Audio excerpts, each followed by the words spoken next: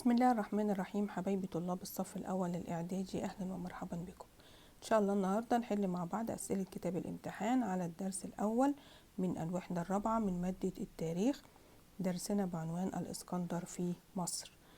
أول سؤال معانا: اختار الإجابة الصحيحة مما بين القوسين. 1. توضح الصورة التي أمامك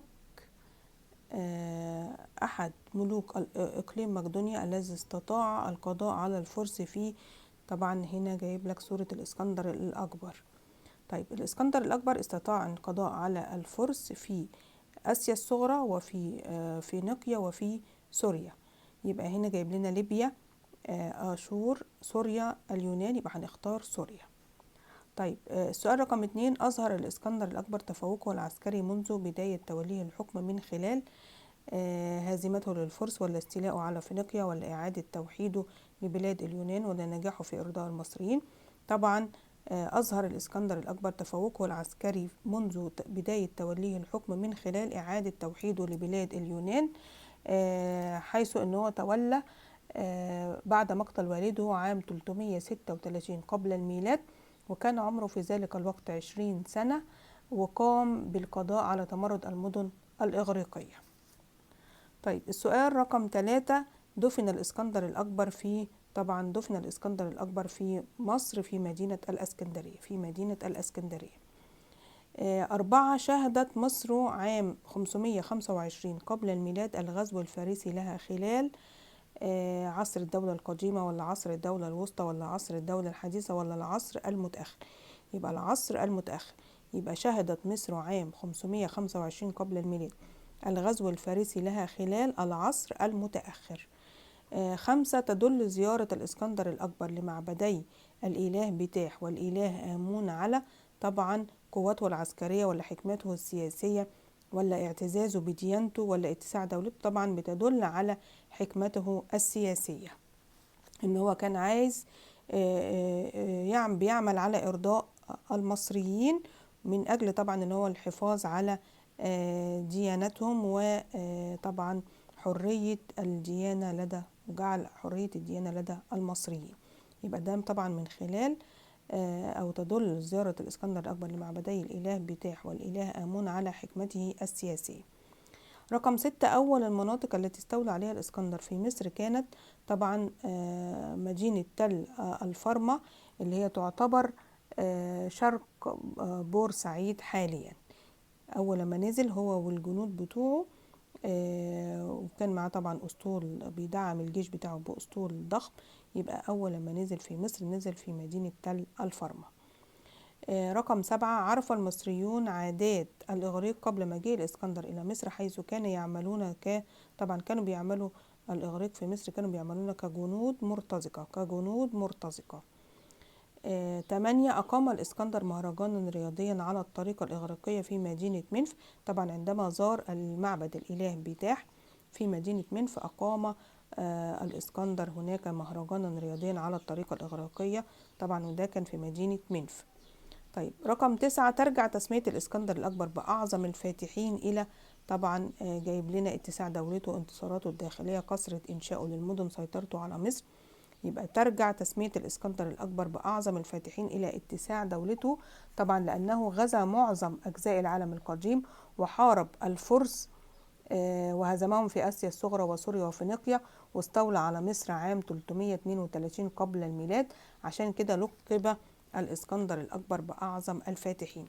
رقم 10: كان هدف الإسكندر الأكبر من استيلائه على مصر، طبعا أول حاجة كان ضمان الحفاظ على قوته العسكرية. يبقى كانت ضمان الحفاظ على قوته العسكرية، وعشان كمان إن هو يضمن لجيشه مصدر غني من الغذاء. يبقى كان هدف الإسكندر الأكبر من استيلائه على مصر هو إن هو يضمن لجيشه مصدر غني من الغذاء، طبعا ده بضمان الحفاظ على قوته العسكرية. طيب السؤال رقم 2: أكتب كلمة صواب أمام العبارة الصحيحة وكلمة خطأ أمام العبارة غير الصحيحة مع التصويب. أول سؤال: نجح الإسكندر الأكبر في توحيد كل بلاد الإغريق بعد وفاة أبيه. طبعا صح، بأن هو قام طبعا بالقضاء على تمرد المدن الإغريقية. 2 هاجم الإسكندر الفرس في مصر بريا وبحريا. طبعا الإجابة صح، لأن طبعا كان الجيش بتاعه كان بيدعمه أسطول بحري، كان بيدعمه بأسطول بحري. رقم 3 تعرف المصريون على بعض ملامح الحضارة الإغريقية قبل مجيء الإسكندر لمصر. طبعا الإجابة صحيحة، لأن كان بيعمل الجنود الإغريق كجنود مرتزقة في مصر، فمن خلال ذلك تعرف المصريين على بعض ملامح الحضارة الإغريقية قبل مجيء الإسكندر لمصر. رقم 4 انتهى الاحتلال الأجنبي لمصر بدخول الإسكندر المقدوني. طبعا خطأ، كان بيستمر احتلال الفرس لمصر برضك في بعض المناطق. رقم 5 مرت بلاد الإغريق بحالة من الاضطراب وعدم الاستقرار بعد وفاة الملك فيليب المقدوني. طبعا الإجابة صحيحة. 6 مثل البحر الأحمر أهمية كبرى للإسكندر الأكبر. طبعا خطأ، مثل البحر المتوسط أهمية كبرى للإسكندر الأكبر، لأن هو أقام مدينة الإسكندرية على البحر المتوسط. رقم 7 كان الهدف من بناء الإسكندر مدينة الإسكندرية التقرب من المصريين. طبعا الإجابة خطأ، كان الهدف من بناء الإسكندر مدينة الإسكندرية إن هو جعلها عاصمة له تحمل اسمه، كمان إن هو جعلها مركز لنشر الحضارة الإغريقية في العالم، كمان إن هو جعلها قاعدة بحرية لتدعيم سيطرته على البحر المتوسط. طيب رقم 8 حصل الإسكندر الأكبر على بعض ألقاب ملوك الفراعنة في مصر. طبعا الإجابة صحيحة، لأنه لقب بابن الإله آمون. 9 قبل أن يتجه الإسكندر للفتوحات الخارجية أمن أوضاعه الداخلية في بلاد الإغريق. طبعا الإجابة صحيحة، لأنه هو قام بالقضاء على تمرد المدن الإغريقية بعد وفاة والده. رقم 10 انشغال الإسكندر بالفتوحات العسكرية أثر بالسلب على اهتمامه بنشر الحضارة الإغريقية. طبعا الإجابة خطأ، لأنه هو عندما احتل مصر وأقام مدينة الإسكندرية جعلها مركزا لنشر الحضارة الإغريقية في العالم. يبقى لم يؤثر انشغال الإسكندر بالفتوحات العسكرية، لم يؤثر عليه بالسلب طبعا على اهتمامه بنشر الحضارة. رقم 11 وحد الملك فيليب المقدوني إقليم مقدونيا عام 338 قبل الميلاد. طبعا الإجابة صحيحة. 12 استاء المصريون القدماء من حكم الفرس لهم. طبعا الإجابة صح، بسبب طبعا عدم احترامهم لديانتهم، للديانات بتاعتهم، كمان بسبب فرض الضرائب اللي فرضها الفرس على المصريين. طبعا كل ده جعل المصريين يستاءوا من حكم الفرس. رقم 13 لقب الإسكندر الأكبر بابن الإله آمون. طبعا الإجابة صحيحة. السؤال رقم 3 صوب ما تحته خط.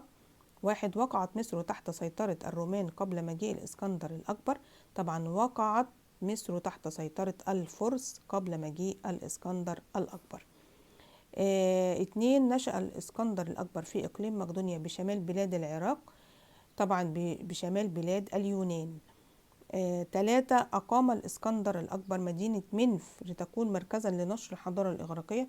طبعا أقام الإسكندر الأكبر مدينة الإسكندرية لتكون مركزا لنشر الحضارة الإغريقية. السؤال رقم 4 بما تفسر 1 اتجاه معظم الدول في العصور القديمة لاحتلال مصر. طبعا من أجل الاستيلاء على خيرات مصر، من أجل الاستيلاء على خيرات مصر. طيب السؤال رقم 2 إطلاق لقب أعظم الفاتحين على الإسكندر الأكبر. طبعا بسبب إن هو غزا معظم أجزاء العالم القديم. تاني حاجة حارب الفرس وهزمهم في آسيا الصغرى وسوريا وفينيقيا. تالت حاجة استولى على مصر عام 332 قبل الميلاد. طيب السؤال رقم 3 بما تفسر استيلاء الإسكندر الأكبر على مصر. طبعا لكي يضمن لجيشه مصدرا غنيا من الغذاء، لكي يضمن لجيشه مصدرا غنيا من الغذاء. السؤال رقم 4 بما تفسر ترحيب المصريين بالإسكندر الأكبر. طبعا بسبب اعتقادهم بأن الإسكندر جاء ليحررهم من الاحتلال الفارسي الذي طبعا انتهك حرية الديانة المصرية، فرض عليهم الضرائب. كمان ان المصريين كانوا معرفتهم بعادات الإغريق الذين كانوا يعملون كجنود مرتزقة في مصر في ذلك الوقت أو قبل مجيء الإسكندر إلى مصر.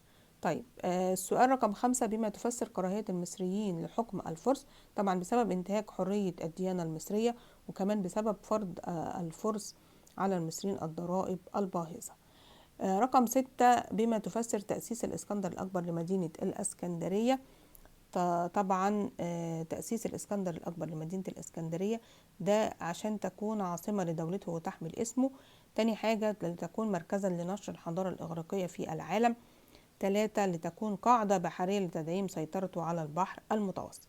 طيب السؤال رقم 7، بما تفسر زيارة الإسكندر الأكبر لمعبد الإله آمون في واحد سيوة؟ طبعا ده لأنه كان يسعى لإرضاء المصريين وإظهار احترامه للديانة المصرية. طيب السؤال رقم 5، ما النتائج التي ترتبت على 1، وفرة الثروات وتعددها في مصر منذ القدم؟ طبعا ترتب على ذلك أو أدى ذلك إلى جعل مصر مهدا للحضارات. تاني حاجة لفت أنظار الطامعين إليها، زي طبعا الليبيين والآشوريين والفرس ثم الإغريق والرومان. يبقى ثروات مصر وتعددها منذ القدم دي طبعا أدت إلى جعلها مهدا للحضارات. كمان لفت أنظار الطامعين إليها مثل الليبيين والآشوريين والفرس ثم الإغريق والرومان. طيب السؤال اللي بعد كده، ما النتائج التي ترتبت على عمل الإغريق كجنود مرتزقة في مصر قبل مجيء الإسكندر الأكبر؟ طبعا ترتب على ذلك معرفة المصريين بعادات الإغريق. تاني حاجة ترحيب المصريين بقدوم الإسكندر إلى مصر. طيب 3، ما النتائج اللي ترتبت على زيارة الإسكندر الأكبر لمعبد الإله آمون بواحد سيوة؟ ترتب على ذلك أن طبعا قام الإسكندر الأكبر بتقديم القرابين لآلهة الإله آمون، وتم لقب الإسكندر بابن الإله آمون. يبقى لقب الإسكندر الأكبر بابن الإله آمون. طيب السؤال رقم 6، أيد تاريخيا صحة كل عبارة مما يأتي. 1، ظهرت براعة الإسكندر السياسية عند توليه الحكم، طبعا حيث نجح في القضاء على تمرد المدن الإغريقية. تاني حاجة السؤال الثاني، أيد تاريخيا صحة كل عبارة مما يأتي. حقق الإسكندر الأكبر انتصارات متتالية على الفرس، طبعا حيث حارب الفرس وهزمهم في آسيا الصغرى وفي سوريا وفي فينيقيا، وخلص مصر منهم عام 332 قبل الميلاد. طيب أيد تاريخيا صحة كل عبارة. اهتمام الإسكندر بالحضارة رغم انشغاله بالفتوحات العسكرية، طبعا ده لأنه أنشأ مدينة الإسكندرية عشان تكون مركزا لنشر الحضارة الإغريقية في العالم. يبقى اهتمام الإسكندر بالحضارة رغم انشغاله بالفتوحات العسكرية، طبعا لأنه أنشأ مدينة الإسكندرية لتكون مركزا لنشر الحضارة الإغريقية في العالم. طيب السؤال رقم 4، نجح الإسكندر الأكبر في بناء إمبراطورية واسعة. طبعا إن هو غزا معظم أجزاء العالم القديم، هزم الفرس في آسيا الصغرى وفينيقيا وسوريا، كمان استولى على مصر عام 332 قبل الميلاد. كل ذلك جعل الإسكندر ينجح في بناء إمبراطورية واسعة، إلى جانب أنه هو لقب بأعظم الفاتحين. طيب السؤال رقم 7، ما مدى مصداقية العبارة التالية؟ أظهر الإسكندر احترامه للمعبودات المصرية. طبعا العبارة صادقة، حيث قام بزيارة معبد الإله بتاح في منف، وأقام فيه مهرجانا رياضيا على الطريقة الإغريقية. كمان زيارة معبد الإله آمون في واحد سيوة، وقدم القرابين، ولذلك لقب بابن الإله آمون. طيب السؤال رقم 8، ماذا كان يحدث إذا أول حاجة لم يتمكن الإسكندر من القضاء على تمرد المدن الإغريقية؟ طبعا لم يستطيع محاربة الفرس والانتصار عليهم، وكمان لم يستطيع الاستيلاء على مصر وتكوين إمبراطورية عظيمة تجعله يلقب بلقب أعظم الفاتحين. طيب 2، ماذا كان يحدث إذا اتبع الإسكندر سياسة الفرس في التعامل مع المصريين؟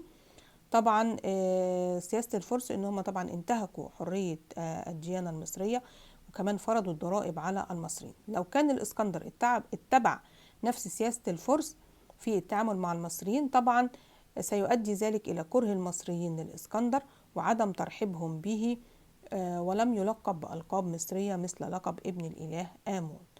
طيب السؤال رقم 9، حدد الأثر الناتج على 1. انتهاك الفرس الديانة المصرية القديمة، طبعا ترتب على ذلك كراهية المصريين للفرس وترحيبهم بالإسكندر الأكبر عندما غزا مصر. 2. إدراك الإسكندر الأكبر مكانة الإله آمون لدى المصريين، طبعا ترتب على ذلك زيارة الإسكندر لمعبد الإله آمون في واحد سيوة وتقديم القرابين له، لذلك لقبه المصريين بابن الإله آمون. طيب السؤال رقم 10، حدد العلاقة بين وضع مصر السياسي وترحيب المصريين بالإسكندر. طبعا كانت مصر تحت حكم الاحتلال الفارسي الذي انتهك حرية الديانة المصرية وفرض الضرائب على المصريين، وكان ذلك سببا في جعل المصريين يرحبون بقدوم الإسكندر إلى مصر. طيب حدد العلاقة بين الحضارة الإغريقية وبناء مدينة الإسكندرية. طبعا أنشأ الإسكندر الأكبر مدينة الإسكندرية لتكون مركزا لنشر الحضارة الإغريقية في العالم. ده كان إجابة السؤال رقم 10. طيب هنبص مع بعض للسؤال رقم 11. لقد وهب الله لمصر ثروات وفيرة ومتعددة جعلتها مهدا للحضارات، كما لفتت أنظار الطامعين إليها. في ضوء هذه العبارة أجب عما يأتي. 1. من هم الطامعين الذين أتوا للاستيلاء على مصر قبل قدوم الإسكندر؟ قبل ما الإسكندر يأتي طبعا كان الفرس، لكن قبل الفرس كان طبعا اللي طمع في مصر كان الليبيين والآشوريين ثم الفرس. 2. حدد أهم أعمال الإسكندر في مصر. طبعا أهم أعمال الإسكندر في مصر هو بناء مدينة الإسكندرية لتكون عاصمة لدولته وتحمل اسمه، كمان عشان تكون مركزا لنشر الحضارة الإغريقية في العالم. ثالث حاجة لتكون قاعدة بحرية لتدعيم سيطرته على البحر المتوسط. يبقى أهم أعمال الإسكندر في مصر هو بناء مدينة الإسكندرية. طيب السؤال رقم 12، أكمل الشكل التالي. طبعا دي صورة الإسكندر الأكبر. بطاقة تعريف: الاسم الإسكندر الأكبر. النسب: طبعا هو ابن الملك فيليب المقدوني الذي وحد إقليم مقدونيا عام 338 قبل الميلاد. تاريخ الميلاد: ولد عام 356 قبل الميلاد.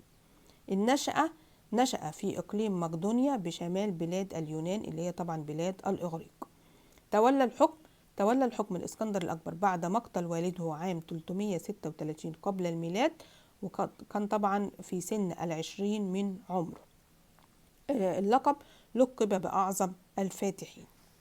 طيب السؤال رقم 13، أكمل المخطط التالي. هنا زار الإسكندر الأكبر معبد طبعا اللي في مدينة منف، معبد الإله بتاح في منف، وأقام فيه مهرجانا رياضيا على الطريقة الإغريقية. طيب زار الإسكندر الأكبر معبد الإله آمون في واحد سيوة ولقب بابن الإله آمون. طيب بعد كده عندنا أسئلة للتميز. السؤال رقم 14، اختار الإجابة الصحيحة مما بين القوسين. 1. تعرضت مصر للاعتداءات الخارجية قبل احتلال الأشوريين من جهة، طبعا اللي قبل احتلال الأشوريين لمصر كانوا الليبيين. طبعا ليبيا بتقع في غرب مصر، يبقى طبعا الليبيين يبقى من جهة الغرب. طيب السؤال رقم 2، بالرغم من اتجاه الإسكندر إلى مصر للسيطرة عليها إلا أن نظرة المصريين له كمحتل اختفت بسبب طبعا ان المصريين كانوا بيكرهوا الفرس. اختفت نظرة المصريين للإسكندر كأنه جاي محتل ليهم بسبب كراهية المصريين للفرس، بسبب كراهية المصريين للفرس. طيب انطلق الإسكندر الأكبر للاستيلاء على مصر قادما من بلاد فينيقيا حيث قضى فيها على الفرس. طيب هنا جايب خريطة، هنا البحر المتوسط، هنا الميناء الشرقي، الميناء الغربي، هنا طبعا المكتبة والمتحف في الإسكندرية، نادي الألعاب، هنا راكودا، هنا السربيوم، هنا بحيرة ماريوت. طبعا دي مدينة الإسكندرية منذ عهد الإسكندر الأكبر، يبقى دي خريطة لمدينة الإسكندرية منذ عهد الإسكندر الأكبر. هنا السؤال بيقولك نستنتج من الخريطة المقابلة أن ردم المسافة بين الساحل إلى الجزيرة كان في اتجاه من الساحل إلى الجزيرة، ده كان في الاتجاه طبعا الشمالي الغربي، الشمالي الغربي، الاتجاه الشمالي الغربي. طيب السؤال رقم 5، في ضوء فهمك للعبارة المقابلة، هنا بنى الإسكندر مدينة الإسكندرية لتكون عاصمة لدولته ومركزا لنشر الحضارة الإغريقية وقاعدة بحرية تدعيم سيطرته على البحر المتوسط. طيب في ضوء فهمك للعبارة المقابلة، تضمنت أهداف الإسكندر من إنشاء الإسكندرية جوانب اجتماعية ولا اقتصادية ولا دينية ولا عسكرية؟ طبعا جوانب عسكرية. رقم 6، ظهرت ملامح المهارة السياسية والعسكرية للإسكندر الأكبر لأول مرة في طبعا بلاد الإغريق عندما بعد مقتل والده، وقام طبعا قام ب القضاء على تمرد المدن الإغريقية عام 336 قبل الميلاد. طيب بعد كده السؤال رقم 7، عمل الإسكندر بعد غزوه لمصر على تدعيم صورته أمام المصريين من خلال طبعا السماح بحرية الديانة للمصريين، وكمان زار معبد الإله بتاح ومعبد الإله آمون، وقدم القرابين ل طبعا كهنة الإله آمون، ولقب بابن الإله آمون. يبقى ده طبعا عمل الإسكندر بعد غزوه لمصر على تدعيم صورته أمام المصريين من خلال السماح بحرية الديانة للمصريين. رقم 8، يرجع اختيار الإسكندر لقرية راكودا لتكون نواة لمدينته الجديدة إلى طبعا موقعها على البحر المتوسط، لأن هو كان عايز يعمل قاعدة بحرية لتدعيم سيطرته على البحر المتوسط. 15، دلل تاريخيا على صحة كل عبارة مما يأتي. استطاع الإسكندر الأكبر القضاء على الفرس في القسم الشرقي من حوض البحر المتوسط، طبعا حيث غزا معظم أجزاء العالم القديم وهزم الفرس في آسيا الصغرى وسوريا وفينيقيا. 2، اتسم حكم الفرس لمصر بالاستغلال الاقتصادي، طبعا بسبب فرضهم الضرائب على المصريين. طيب رقم 3 بردك دلل تاريخيا على صحة كل عبارة. استفاد الإسكندر من أخطاء الفرس في التعامل مع المصريين، حيث سعى لإرضاء المصريين وإظهار احترامه للديانة المصرية، وقام بزيارة معبد الإله بتاح في منف ومعبد الإله آمون في واحد سيوة وتقديم القرابين له. السؤال رقم 4، كانت موارد مصر الوفيرة سلاح ذو حدين في تاريخها القديم. طبعا موارد مصر اللي ربنا سبحانه وتعالى وهبها لها كانت سلاح ذو حدين، طبعا جعلها مهدا للحضارات. ده طبعا الجانب الإيجابي لثروات مصر، جعلها مهدا للحضارات. تاني حاجة، لفت أنظار الطامعين إليها مثل الليبيين والأشوريين والفرس ثم الإغريق. ده طبعا كان الجانب السلبي لموارد مصر الوفيرة. طيب السؤال رقم 16، ما تقييمك لصدق العبارة الآتية؟ كان الإسكندر حريصا على تحقيق الأمن الغذائي لجيشه. طبعا العبارة صادقة، حيث استولى الإسكندر على مصر وذلك حتى يضمن لجيشه مصدرا غنيا من الغذاء. طيب السؤال رقم 17، ماذا كان يحدث إذا لم يتجه الإسكندر إلى احتلال مصر؟ طبعا كان سيؤدي ذلك إلى استمرار احتلال الفرس لمصر ولم يتم بناء مدينة الإسكندرية. طيب كده احنا خلصنا مع بعض حل أسئلة كتاب الامتحان، وإن شاء الله بالنجاح والتوفيق. وكانت معاكم مس أماني علي. يا ريت تدعموني وتشتركوا في القناة وقناة أمون التعليمية، والسلام عليكم ورحمة الله وبركاته.